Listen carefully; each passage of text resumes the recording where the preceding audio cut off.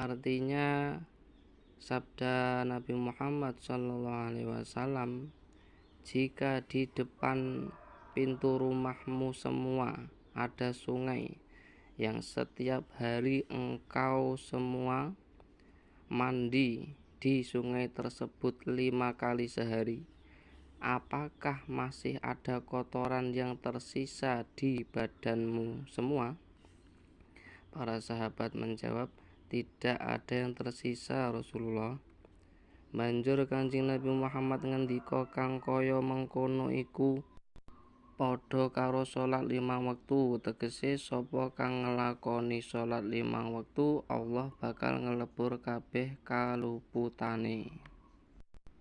Kemudian Nabi Muhammad bersabda, ya seperti itu juga salat 5 waktu, artinya barang siapa